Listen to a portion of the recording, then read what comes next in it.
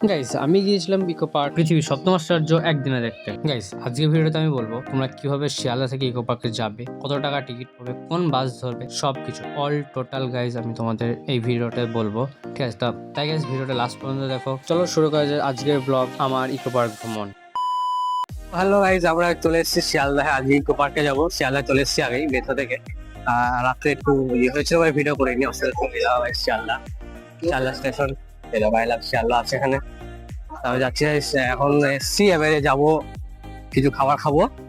খাওয়ার পরে তারপর আবার যাবো ইকো পার্কে যাবো। ওকে, আমার আছে অনেক বন্ধুরা আছে, সবাই মিলে যাবো। ওকে চলো গাইস শিয়ালদা থেকে বার হয়ে তোমরা ধরে নেবে 46B নিউ টাউন লাইনের বাস। তারপর গাইস বাসে করে মোটামুটি আধা ঘন্টা থেকে 45 মিনিট দূরে চলে যাবে নিউ টাউনে। ওখানে গিয়ে নামবে, তারপরে দেখবে গাইস ওখানে অনেক টোটো আছে, টোটো করে যাবে তোমরা ইকো পার্কে। ওখান থেকে ডাইরেক্ট ইকো পার্কে চলে যাবে। ইকো পার্কে গেট নাম্বার 1 নেবে। ওখানে মোটামুটি ভাড়া তুমি একজনে যাও, দুজনে যাও আর 5 জনে যাও, ভাড়া তোমার 150 টাকাই নেবে। সব একই রেট, ওদের সব ইউনিয়ন রেট আছে গাইস। সব 150 টাকা নেবে, 150 টাকা নিচে কেউ নেবে না। এরপর গাইস আমাদের নামিয়ে দিয়েছিল 1 নম্বর গেটে, কিন্তু আমরা হাঁটতে গিয়েছিলাম 8 নম্বরের গেটের দিকে, কারণ এখানেই প্রথম ছিল সপ্তম আশ্চর্যের মধ্যে আইফেল টাওয়ারটা। এখানে ছিল 8 নম্বর গেটের কাছে, তাই আমরা 8 নম্বর গেটের কাছে গিয়েছিলাম। আইফেল টাওয়ারের পাশেই আছে গাইস রিভার সাইড, একটা সুন্দর সিটিং এরিয়া, যেখানে তোমরা বসে রেস্ট নিতে পারবে, ছবি তুলে। খুব সুন্দর এরিয়া গাইস, ফটো তোলার জন্য একদম বেস্ট এরিয়া। এখান থেকে তোমরা ফটো তোলা স্টার্ট করতে পারবে। এরপরে গাইস আমরা 8 নম্বর গেট দিয়ে 30 টাকার টিকিট কেটে চলে যাই আমরা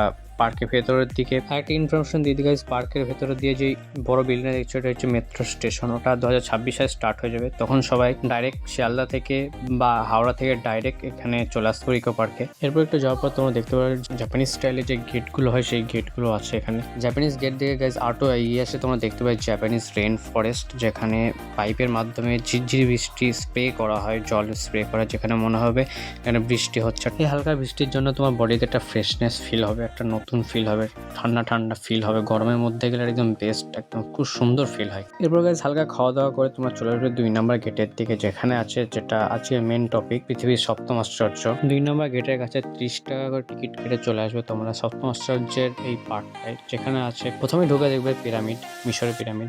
তারপরে আছে তাজমহল, তার পাশে আছে গাইস আরো অনেক কিছু। এরপরে তাজমহলের পাশ দিয়ে গাইস চলে আসবে চীনের পাঁচিল।